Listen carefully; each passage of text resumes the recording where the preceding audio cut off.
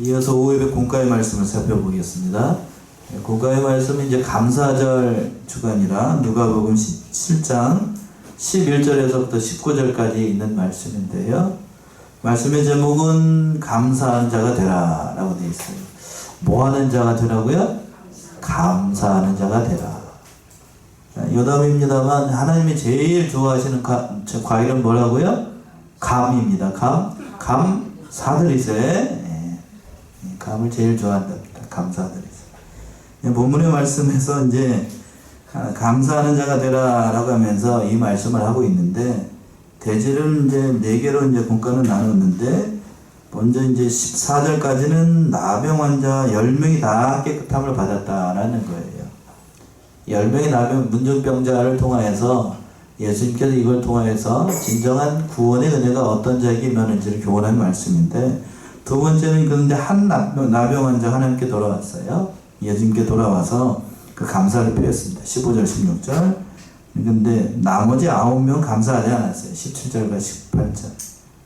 그리고 마지막으로 19절에 감사한 나병 환자만 진정한 영혼의 구원을 맛보게 됐다는 말씀입니다. 첫 번째는 이제 14절에 있는 것처럼 나병 환자 10명이 다 깨끗함을 받았습니다. 11절 보시면 예수께서 예루살렘으로 가실 때에 사마리아와 갈릴리 사이로 지나가시다가, 예수께서 예루살렘으로 가실 때에, 여기서부터 이제 그 누가복음이 이제 후반부에 접어들었다라고 얘기할 수 있는데, 예수님의 그 여정 가운데, 공생의 기간 가운데 이제 마지막 그 기간, 즉 예수님의 구속의 사역을 완성하기 위해서 십자가를 지시러 어디로 올라가는 길이라고, 이제 예루살렘으로 올라가시는 길이에요. 이제 올라가시게 되면, 예수님께서 이제 올라가시게 되면 십자가에서 돌아가시게 되고, 그 모든 일들을 다 아시면서도 예수님께서 예루살렘으로 가실 때 이렇게 표현한 거예요. 누가가 올라가게 되면 이제 죽음이 기다리고 있는 거예요. 십자가의 구속의 때가. 그때에 어디를 지나가셨냐면 사마리아와 갈릴리 사이로 지나가셨다. 그러니까 예루살렘은, 이병기 목사님은 예루살렘으로 내려가기 위해서는 사마리아로 가는 길이 빠르기 때문에 이렇게 얘기를 했는데, 그러나 지도상으로 보게 되면 이 갈릴리에서 사마리아로 가는 길은 내려가는 길이 아니고 북쪽으로 올라가는 길이에요. 근데 굳이 이렇게 내려가지 않고 올라갔던 이유가 뭘까? 왜 그랬을까? 그 뒤에 일이 있었기 때문에. 10명의 문둥병자들 가운데 고치시고, 그 중 가운데 하나님의 택한 백성이었던 사마리아 사람 그 한 사람을 뭐하기 위해서예요? 구원하기 위해서예요. 여기서 한 가지 중요한 사실을 깨달아요. 그 바쁘신 와중에도 십자가의 구속의 사역이 참으로 중요한 일이잖아요. 그거 못지않게 한 사람의 영혼을 구하는 것도 예수님에게는 중요할까요? 안 중요할까요? 중요해요. 그러니까 그 길을 돌아서 사마리아에 들어가서, 산촌에 들어가서 그 10명의 문둥병자를 고치고, 그리고 그 한 사람을 구원해내신 거예요. 그렇다라고 하면 여기서 중요한 사실을 깨닫죠. 예수님께서 이 땅에 나 혼자 있어도, 구원한 사람이 나 혼자 있어도 예수님은 그 발걸음을 돌리신다, 안 돌리신다? 돌리신다는 거예요. 왜? 한 사람의 영혼의 가치가 그렇게 중요하니까.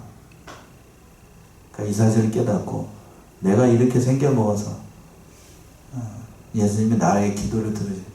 그런 생각은 자기 생각이요. 자기 생각. 들으신다고 안 들으신다고요? 다 들으셔요. 다 들으셔. 근데 낙심할 필요도 없고, 뭐 이렇게 생겼다 그렇게 얘기할 필요도 없는 거고, 다만 하나님 안에서 그 모든 일을 잘 감당하는 호세아와 같은 무전의 말씀에 그런 선지자가 되어야 됩니다. 12절 보시면, 12절. 한 촌에 들어가시니 문둥병자 10명이 예수를 만나 멀리 서서, 한 촌에 들어가시니, 사마리아와 갈릴리 이렇게 경계를 이렇게 딱 지나가시다가 한 촌에 들어가셨어요. 마치 우연인 것처럼 누가는 기록을 하는 것 같은데, 이건 우연한 걸음이 아니고 계획하신 거예요. 예수님의 예정 가운데 그 10명의 문둥병자를 고치고 또 한 사람을 구원해내기 위한 하나님의 섭리 가운데, 예수님의 예정 가운데 있었던 일입니다. 근데 10명의 문둥병자가 예수님을 만나서 멀리 서 있었다. 문둥병이라고 하는 건 요즘은 뭐라고 얘기를 하냐면 나병이라고 얘기하죠. 또 좀 더 의학적으로 얘기하면 한센병이라고 얘기합니다. 요즘은 그 백신이 있는지 치료제가 있는지 그렇다고 해요. 그래서 그렇게 무서운 병이 아닌데, 예전에는 그 전라도 말로 연병 이라고 해갖고 아주 그냥 무서운 병이에요. 무서운 병. 걸리면 답이 없어요. 그래서 지금도 우리나라에도 그 격리를 시켜가지고 무슨 도죠? 소록도가 그 격리돼서 있는데 감각이 없어져요. 이제 그 끝에 저희가 문둥병에 걸리게 되면 거기에 감각이 없어져가지고 아픈지 뭐한지 알 수가 없어. 그러니까 이 손가락이 이 문둥병에 걸리면 떨어져 나가도 뭐한지를 몰라요? 아픈지를 몰라. 그러니까 이 문둥병은 하나님께서 내리신 죄악에 대한 심판을 상징을 하고, 그래서 그 하나님의 징계를 상징을 하는데, 여기서 여러 가지 우리가 깨달을 수 있는 건, 그러니까 문둥병에 걸리게 되면 아픈 줄 모르는 것처럼, 이 영적인 병에 들이면 성도들이 자기가 하나님을 잘 믿고 있는지, 잘 못 믿고 있는지 화인 맞은 양심이 돼가지고, 양심의 가책을 받지 않으니까 무슨 일이든지 다 서슴없이 해요. 죄악된 길, 그 죄악을 상징하는 문둥병, 그걸 상징을 하는 거예요. 그래서 무서운 병이니까 예전엔 치료제가 없었으니까 구약 율법에 따라서 격리를 시켰습니다. 전염이 되니까 격리를 했어요. 그래서 마을 한복판에서 떨어져서 마을 밖에, 그것도 외지에서 자기들끼리 모여가지고 살도록 했습니다. 그러니까 당연히 가족하고는 떨어지고 외곽진 곳에서 사람이 왔다 갔다 하는 동네 입구 앞에 문둥이들이, 그 문중이들이 모여서 살았어요. 그래서 소록도가 생기기 전에는 여기 전라도에서도 예전에 지금은 그렇지 않은데 어디 하게 되면 문둥이촌 이렇게 얘기하시는 어르신들이 가끔 계시더라고요. 제가 이제 용인에서 학교 다닐 때 용인 어디는 거기는 문둥이촌이었어. 요즘은 뭐 수지하면 좋은 곳이죠. 용인에서 지금 수지하면은 뭐 좋은 곳인데, 예전에 풍덕천 수지 그러면 그 뭐라 그랬냐면 문둥이촌 그랬어요. 근데 지금 완전히 그곳이 개발이 돼가지고 그렇게 됐어. 완전히 개벽천지가 됐죠. 개벽천지. 이제 그렇게 이제 저게 될 때는 문둥이촌이라고 이제 소문이 낙인이 찍혀지고 됐을 때는 땅이 있는 사람들 같은 경우에는 그 땅 있으나 마나잖아. 근데 이제 개발이 되면서 거기 있었던 사람들 완전히 세상 말로 날부작이 됐어. 땅부자, 벼락부자가 된 거야, 벼락부자. 그렇게 됐는데, 하나님, 어쨌든 이제 본문 돌아오게 되면 그 문둥병자들을 하나님께서 만나기 위해서 그것을 일부러 가셨던 거예요. 그래도 문둥병에 걸리게 되면 그때 당시 율법에 격리가 됐고, 또 한 가지 사실은 자기가 문둥병에 걸렸다는 사람들은 사람들이 모르고 이렇게 접근할 수도 있잖아요. 그러게 되면 율법에 따라 무슨 말을 해야 되냐면, 다른 사람이 나에게 가까이 오게 되면 소리를 질러야 돼. 뭐라고 소리를 지르냐? 부정하다 자기는 얘기를 해야 된다고. 문둥병이 걸린 것도 서러운데 다른 사람이 자기에게 오게 되면 나는 문둥병자에도 광고를 해야 된다고. 가까이 오지 말라고. 안 하고 했다. 다른 사람이 안 하고 그 사람한테 가까이 갔는데 그걸 다른 사람이 봐도 그 문둥병자다 그러면 그 문둥병자를 다른 일반 사람들이 와서 때려 죽일 수가 있었어. 그러니까 누가 옆에 가게 되면 계속 얘기를 해야 되는 거예요. 나 문둥병자 부정하다. 얼마나 힘들고 괴로운 인생을 살았겠냐고. 그렇겠죠? 그 문둥병자를 고치기 위해서 그 바쁘신 와중에 예수님께서 그 길을 들어가셨던, 한 촌에 들어가셨던 겁니다. 그래서 13절 보시면, 소리를 높여 가로되 예수 선생님이여 우리를 긍휼히 여기소서 하거늘. 그래서 뭐를 높여 얘기했다고요? 소리를 높여 가로되 예수 선생님이여 우리를 긍휼히 여기소서.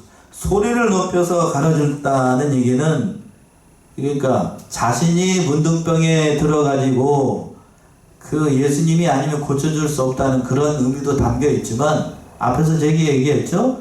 일반 사람 자기가 가까이 오게 되면 자기는 뭐 해야 된다고 반드시 문둥병자라는 걸 얘기를 해야 된다고요? 크게 소리 질러서. 그러니까 가까이 갈 수가 없으니까 문둥병자들은 예수님이 멀찍이 있는데 율법대로 부를 수밖에 없는 거예요. 다가갈 수가 없으니까. 다가가면 죽어요, 잘못하면. 다른 사람이 보면. 그러니까 멀리서 예수님이 혹시라도 지나갈까 봐 그냥 예수 선생님이요, 우리를 어떻게 여기 서서 불쌍히 여기서 긍휼히 여기서, 다른 데서는 불쌍히 여기달라고 그랬어요. 예수 선생님이요. 그러니까 이걸 보게 되면 예수님을 선생으로 여기서 고백을 했는데, 선생으로 알았다는 얘기는 다만 이렇게 선생으로 알았다는 얘기가 아니고 우리의 모든 것을 고쳐주실 선생님, 다른 말로 하게 되면 예수님을 그리스도로 믿은 믿음의 고백이에요. 단순히 부르짖었던 게 아니고 예수님을 메시아로 그리스도로 믿는 믿음 가운데서 부르짖었던 거예요. 우리를 어떻게 여기서서? 긍휼히 여기서서. 그러니까 믿음의 고백으로 이렇게 고백을 하니까 예수님께서 그 믿음을 보시고 예수님 나병 환자들의 고쳐주셨습니다. 그 말씀 고쳐주시는데 14절 보시면, 보시고 가라사대 가서 제사장들에게 너희 몸을 보이라 하셨더니 저희가 가다가 깨끗함을 받으니라. 예, 보시고 가라사대 제사장들에게 너희 몸을 보이라 하셨더니, 예수님께서 과거에 문둥병자들을 고쳐주실 때에 그 문둥병자들이 저기 하게 되면 손을 대시고 한보에 직접 치유하실 때도 있었어요. 그렇죠? 바디메어도 뭐 저기 한 사람들도 있고 다 그랬는데 직접 손을 한보를 만지고 그렇게 하셨는데, 여기서는 어떻게 했냐면 멀리 서서 나병 환자들이 부르니까 예수님도 멀리서 누구에게 가라고? 제사장에게 가라 라고 얘기를 했어요. 네 병이 나았다 라고 말해도 좋을 법한데 누구에게 가라고? 제사장에게 가라고 그랬어요. 왜 제사장에게 가라고 했을까? 율법을 이해하게 되면 우리가 잘 알 수 있어요. 병이 나았다라고 해서, 이 몸에 문둥병이 나았다라고 해서 문둥병자로 한번 낙인이 찍힌 사람은 자기의 가족이나 그 동네로 다시 들어갈 수가 없어요. 누가 확인을 해줘야 되는가? 누가요? 제사장이에요. 자, 레위기 14장 한번 보세요. 레위기 14장 2절부터 3절 보시면, 14장 2절. 레위기 14장 2절부터 3절. 문둥 환자의 정결케 되는 날의 규례는 이러하니 곧 그 사람을 제사장에게로 데려갈 것이요, 제사장은 진에서 나가서 진찰할지니 그 환자에게 있던 문둥 환처가 나았으면. 예, 그리고 난 다음에 쭉 뭐에 대해서 얘기를 했는데, 여기서 보시면 문둥 환자의 정결케 되는 날의 규례는 이러하니 곧 그 사람을 누구에게 데려가라고요? 제사장에게. 예.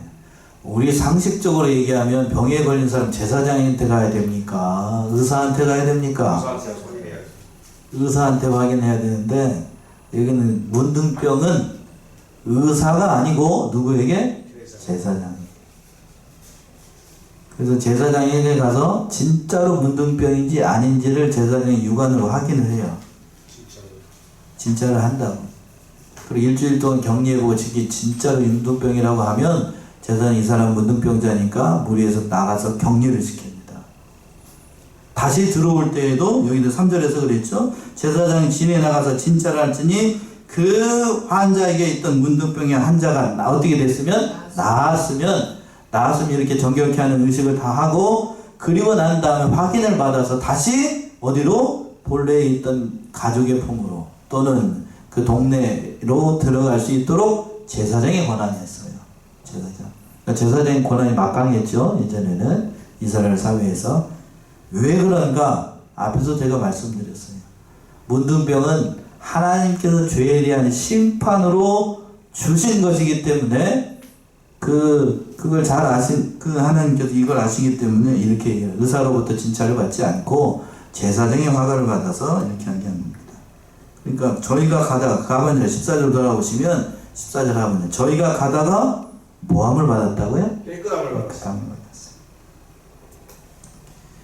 아마 처음에 제사장에게 보이고 그 명령을 순종을 해가지고 발걸음을 뗄 때에는 환부가 나았을까요? 안 나았을까요? 안 나았죠. 가는 동안에 몇 번은 이렇게 가고 순종하고 막 가다가 나았던 거예요. 나았다는 사실을 옆에 있는 동료들이 문둥병 나았는데 자기 몸도 자기가 소염을 확인하면서 그 확인을 했던 겁니다. 너무 기쁘고 감사했겠죠. 근데 너무 기쁘고 감사한 일인데 다 감사하고 기뻐해야 될 일이 물론 감사했는데 나머지 사람들은 다 그런데 다 그냥 가버렸는데 한 사람만 들어가요. 그 말씀이 15절이죠. 15절 보시죠.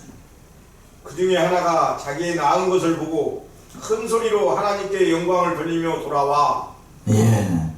그 중에 하나가 자기의 나은 것을 보고 큰 소리로 하나님께 영광을 돌리며 돌아왔어요.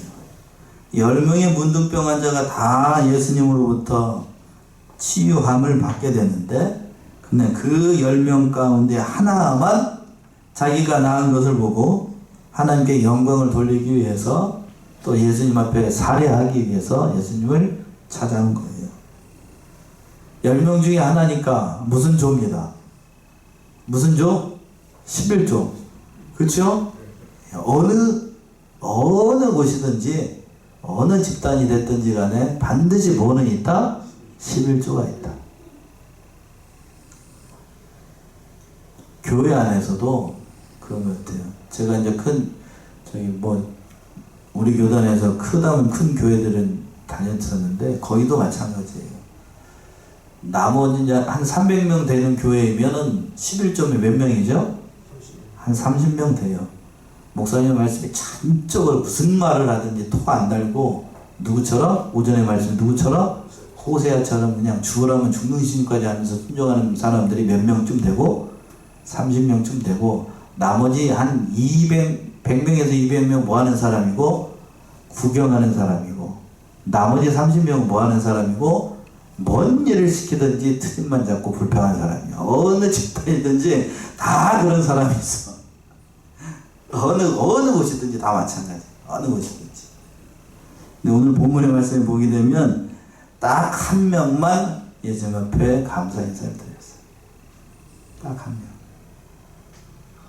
구원의 은혜를 깨닫고 그 자신에게 주어진 하나님의 은혜에 감사하기 때문에 이렇게 한 거예요. 또 16절 보시면 16절. 그 사람이 누구인가? 예수의 발 아래 엎드려 살해하니 저는 사마리아인이라. 예. 예수님의 발 아래 엎드려 살해하니 저는 누구라고요? 사마리아 사람. 예수의 발 아래 엎드려 살해했다. 어떤 사람의 발 앞에 앉아 엎드려 가지고 자기 얼굴을 땅이 된다는 건 최고의 존경을 상징합니다. 우리는 제 명절에 부모님 앞에 그 세배를 하거나 절을 할 때 그렇게 절을 하죠. 이 문화인지는 어떤지 모르겠습니다만 부모님에게 최고의 존중을 표하는 게 절이에요. 절. 그러니까 살아계신 부모님에게 안부 인사하면서 세배하는 건 아주 좋은 문화예요. 그래서 살아계신 부모님에게 세배 많이 해야 됩니다. 아니 부모님이 살아계시다면 세배 많이 해야 돼요. 저만 살아계신가? 네. 저기 계시네. 놔두셔요. 그러니까 때 쓰지 말고 듣고 계신지 모르겠지만 땡깡 부리지 말고 잘 해야 돼. 살아계셨을 때. 그리고 그 모습을 보여야 내가 키우는 자녀들도 그 모습을 보고 주위에 가서 나를 그렇게 어떻게 해요? 존경하게 돼요. 그렇게 하게 됩니다. 가르쳐야 돼요. 가르쳐야 하나님께서 그 주신 질서대로 그 모든 일들을 세워나갈 수 있게 되는 거예요. 지금 예수님 앞에 발에 엎드렸던 이 사람도 예수님을 최고로 존경하는 의미로, 즉 다른 말로 표현하면 메시아로 인정을 하면서 예수님 앞에 절하고 하나님 앞에 깊은 감사를 드렸던 거예요. 그런데 그 사람이 누구라고요? 사마리아 사람. 그러니까 유대인들과 사마리아 사람들이 아마 그 문둥병자들이니까 거기 같이 있었던 모양이에요. 같이 있었던. 그러니까 사마리아 사람이라는 얘기는 아수르에 의해서 북쪽에 있는 이스라엘이 멸망을 하게 되거든요. 근데 이제 그 아수르가 북쪽에 있는 이스라엘을 점령을 하면서 혼혈 정책을 쓰게 됩니다. 다시는 이스라엘으로서의 정체성을 회복하지 못하도록 하기 위해서 아수르 왕이 일부러 혼혈 정책을 쓴 거예요. 피를 섞어버렸어. 그러니까 자기가 가지고 있는 신앙의 정체성을 완전히 잃어버리게 됐다. 그래서 태어난 민족이 누구냐면 사마리아 사람이에요. 피가 섞였다고. 우리나라 그 조선의 역사로 얘기를 한다라고 하면 외란과 호란이 있었죠. 외란과 호란이 있으면서 일본 사람하고 피가 섞였어. 또 병자호란이 일어나면서 청나라, 보통 뭐라고 강대상에서 얘기하기가 뭐합니다. 무슨 놈이라고 하죠. 그래서 뭐 호로 뭐라고 얘기하잖아요. 예, 그게 다 피가 섞였다는 얘기예요. 청나라 피가 섞였다. 그래서 그 사람들은 사람 취급을 못 받았어요. 역시 마찬가지예요. 그 역사 그대로 따른다는 사마리아 사람이라는 얘기는 정통 유대인들 입장에서 봤을 때 피가 섞인 사람, 저 사람들은 사마리안이다 라는 얘기는 피가 섞인 놈. 무슨 얘기? 아까 얘기했던 그런 의미예요. 그런 의미. 아주 경멸의 의미로 얘기를 하는 사람이라고. 근데 그 사람만 누구 앞에 와? 누구 앞에 와요? 예수님 앞에 와서 감사했다는 거예요. 정통 유대인이라고 하는 사람은 누구를 찾지 않는데, 예수님을 찾지 않는데, 그들이 가장 멸시하는 이방 사람이었던 사마리아 사람만 예수님을 메시아로 인정을 하고, 예수님을 그리스도로 인정을 하고, 그분께 감사 인사를 드렸다. 참 여러 가지로 표현하는 거예요. 그래서 그 모습을 보고 예수님께서 17절처럼 말씀하시죠? 17절. 예수께서 대답하여 가라사대 10사람이 다 깨끗함을 받지 아니하였느냐? 그 9은 어디 있느냐? 예. 예수님도 그걸 보셨어요. 10사람이 다 깨끗함을 받지 아니했느냐? 그 9은 어디 있느냐? 아합을 책망하시면서 예수님께서 이렇게 예수님의 심정을 나타나신 거예요. 똑같이 하나님의 긍휼의 은혜를 경험을 했어요. 문둥병 고칠 수가 없어요. 오늘날 얘기하면 무슨 병이라고 얘기를 할까요? 아무튼 그런 병이라고 얘기합시다. 그 병에 걸렸는데 기적적으로 살아났어요. 그러면 누구에게 우리 믿는 사람은 당연히 누구에게 감사해야 돼요? 하나님께 감사해야 되고 살려주신 것에 대해서 감사해야 될 것인데, 그런데 이 10명은 자기 볼장 보고 자기 길로 가버렸어요. 그러니까 예수님께서 그 안타까운 심정으로 9은 어디 있느냐 라고 물으셨던 거예요. 그런데 그 한 사람만 와가지고 예수님의 발 앞에 엎드려서 그 감사를 표했던 겁니다. 모두 다 예수님과 큰 은혜를 경험하고 체험을 했지만, 그러나 진정으로 마음으로부터 감사를 드린 사람은 단 한 사람밖에 없었다. 여러 가지로 우리가 생각을 하게 되는 거예요. 참, 그래서 예수님께 또 18절처럼 얘기하시죠? 18절 보시면 이 이방인 외에는 하나님께 영광을 돌리러 돌아온 자가 없냐 하시고, 예, 이 이방인 외에는 하나님께 영광을 돌리러 온 자가 없느냐 하시고, 이 이방인 외에는 예수님께서 사마리아 사람이라고 말할 수도 있는데 굳이 뭐라고 얘기를 합니까? 이방인이라고 얘기해요. 이방인. 근데 분명히 여기서 이걸 이렇게 얘기를 했다는 것은 예수님께서 의도를 가지고 얘기를 하신 거예요. 즉 유대인이라고 하는 사람들은 자기 혈통을 자랑하면서 자기가 하나님의 백성이다, 나는 하나님으로부터 택함을 받은 자라는 그러한 생각은 가지고 있어도 예수님 앞에 치료의 그 은혜를 베풀어 준 예수님의 은혜에 감사할 줄은 모르는데, 그러나 정작 하나님으로부터 버림받았다라고 생각하는 사마리아 사람, 즉 이방인은 하나님 앞에 감사한다고요. 우리도 이렇게 될 수 있어요. 하나님의 은혜를 놓치면 내가 하나님으로부터 이런 은혜를 받았다는 사실을 잃어버리고 그 은혜대로 살아가지 못하고 이렇게 될 수가 있다고요.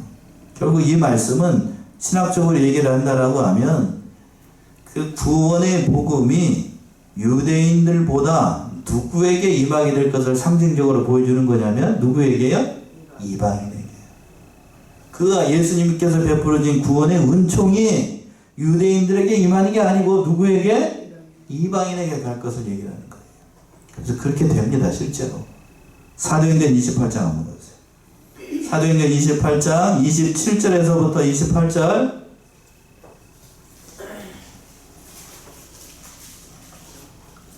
사도행전 28장 27절에서부터 28절. 이 백성들의 마음이 우둔하여져서 그 귀로는 둔하게 듣고 그 눈을 감았으니 이는 눈으로 보고 귀로 듣고 마음으로 깨달아 돌아오면 내가 고쳐줄까 함이라 하였으니 그런즉 하나님의 이 구원이 이방인에게로 보내어진 줄 알라. 그들은 그것을 들으기나 하더라. 예. 사도 바울이 많이 이용을 하면서 얘기를 한 것인데 이 백성들의 마음이 어떻게 돼서 그 개정판 번역은 우둔이라고 되어 있을 거고 개혁 성경은 뭐라고 되어 있습니까? 완악하여져서. 옛날 반정이 더 좋은 것 같아. 완악해서 그 귀로는 어떻게 되고 둔하게 듣고 그 눈은 어떻게 돼서 감았어요. 그러니까 눈으로는 보고 귀로는 들어도 마음으로 깨달아서 고침을 받지 못해. 보고서도 믿지 않는 거예요. 앞에서도 그랬죠? 예수님의 그 긍휼의 은혜를 문둥병자 10명들이 다 경험을 했어요. 경험을 했다라고 해서 예수를 믿는가? 믿어요? 안 믿어요. 혹자들이 이렇게 얘기합니다. 절중 조목을 보세요. 혹자들이 얘기해요. 예수님의 기적을 보여주세요. 예수님의 말씀을 보여주세요. 하나님을 보여주세요. 그럼 제가 믿겠습니다. 하나님을 보여줘도 믿을까요? 안 믿을까요? 안 믿어요. 여기서 죽은 자가 제가 일어나죠? 제가 살려가지고 제가 그런 은사가 있다 그래 죽은 자가 살아나도 이걸 보고서도 안 믿을 사람은 안 믿어요. 하나님이신 예수님이 오셔가지고 죽은 자를 살리고 병자를 지금 고쳤잖아요. 이렇게 고쳤음에도 불구하고 성경에 분명히 기록되어 있음에도 불구하고 이걸 가짜다 얘기를 하면서 안 믿을 사람은 안 믿어요. 절대로 안 믿어. 기적을 보여준다고 하나님 말씀 보여준다고 안 믿어요. 그러니까 여기서 중요한 사실을 깨달아요. 기적을 보여줬다. 뭐를 해줬다. 해서 믿음이 생기는 게 아니고 뭐가 믿음을 생기는 게 아니냐면 믿음이 믿음을 생기게 하는 거예요. 말이 좀 어폐가 있습니까? 그 사람에게 뭐가 있어야? 믿음이 있어야 뭐가 생긴다고? 믿음이 생겨. 그래서 얘기했죠? 믿음은 하나님의 뭐라? 선물이에요. 선물.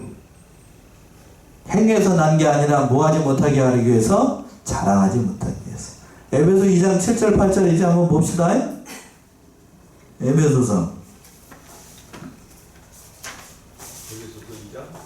예. 7, 8, 9쯤 될 거예요. 이는 그리스도 예수 안에서 우리에게 자비하심으로써 그 은혜의 지극히 풍성함을 오는 여러 세대에 나타내게 하심이니라.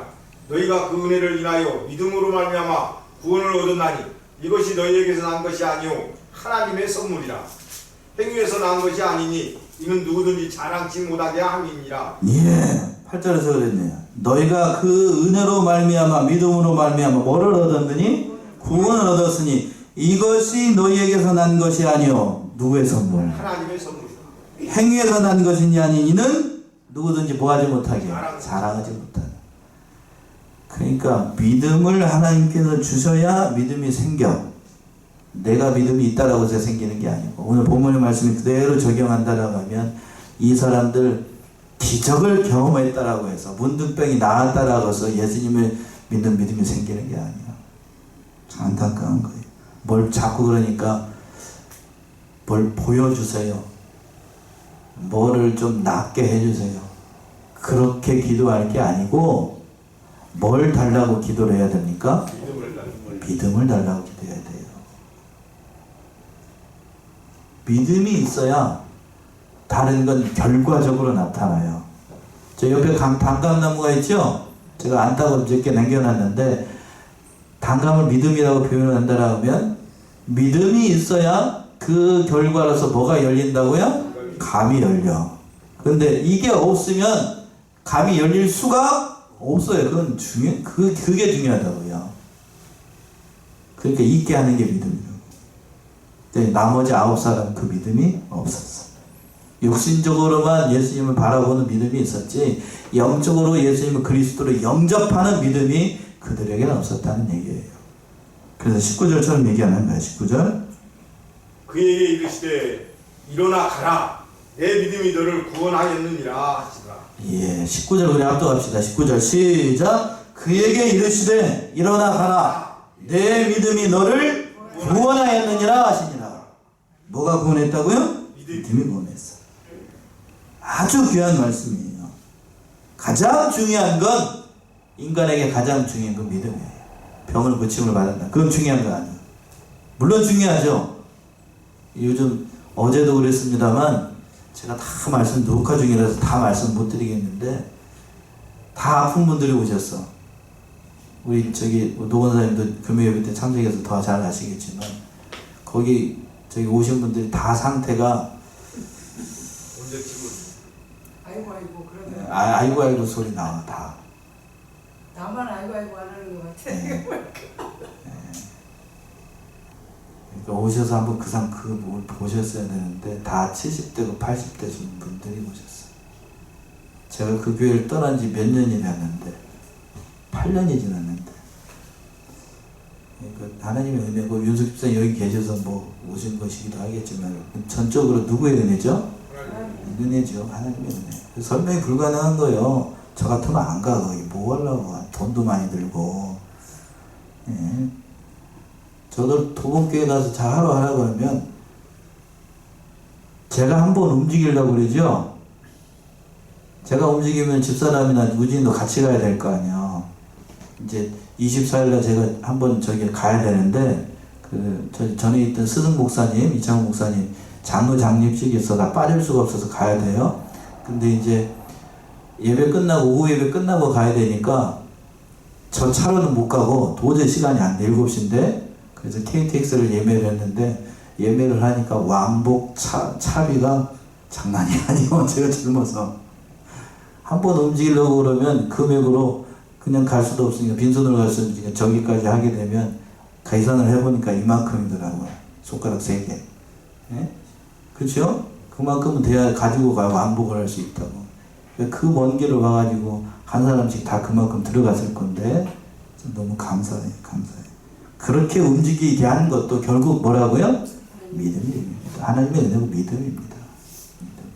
그 믿음이 있어야 돼요. 마지막으로 한 군데만 찾아오는 말씀 마칠게요. 로마서 10장 10절에서부터 13절. 만일 내 입으로 예수를 주로 시인하며 또 하나님께 그를 죽은 자 가운데서 살리신 것을 내 마음에 믿으면 구원을 얻으리라. 사람이 마음으로 믿어 의에 이르고 입으로 시인하여 구원에 이르느니라. 성경에 이르되 누구든지 그를 믿는 자는 부끄러움을 당하지 아니하리라 하니 유대인이나 헬라인이나 차별이 없음이라. 한 분이신 주께서 모든 사람의 주가 되사 그를 부르는 모든 사람에게 부여하시도다. 누구든지 주의 이름을 부르는 자는 구원을 받으리라. 예, 10절에서 그랬어요. 사람이 마음으로 믿어 어디에 이르고 의에 이르고 입으로 시인하여 구원에 이릅니다. 지금 이 사람은 믿어 의에 이르고 또 입으로 시인하여 구원을 얻었어요. 입으로 시인한다는 얘기는 신앙 고백이에요. 지금 오전 예배 시간에 예배 참석하시면서 여러분들 사도신경을 외웠습니다. 그게 우리의 신앙 고백이에요. 사도신경이라고 얘기를 합니다만 예전에는 사도신조라고 얘기했어요. 신조. 제가 이제 내년부터는 그 표를 바꿀 건데 신조. 그게 신앙 고백이에요. 신앙 고백. 내가 이런 하나님을 믿습니다 라는 사실을 공개적으로 고백하는 게 신조예요. 신조. 그래서 신앙 고백 그래서 중요해요. 그 고백이 있어야 구원에 이른다고요. 그리고 웨스트민스터 소유문답을 하고 있는데 단순히 제가 묻고 답하는 게 아니에요. 여러분들은 의식적으로 할 수 있겠습니다만 나는 이러한 교리를 믿는 하나님의 백성입니다 라는 사실을 예배 시간에 공포하는 거라고요. 아시겠지요? 제1계명은 무엇입니까? 뭐라고요? 나 외에는 다른 신을 믿지 않습니다 라는 것을 공개적으로 고백하는 그게 신앙 고백이라고. 단순히 고백하는 게 아니에요. 그 말에 대한 책임을 하나님 지게끔 하신다고요. 그러니까 누구든지 그래서 그의 이름을 부르는 자는 구원 얻는다는 것이 달리 고백하는 게 아니에요. 이 사실을 깨달아서 참으로 하나님의 은혜를 경험했다라고 하면 감사하고 그 구원의 바늘에 참여하는 우리 사랑하는 소원의 성도님들 모두가 되시기 바랍니다. 기도하겠습니다.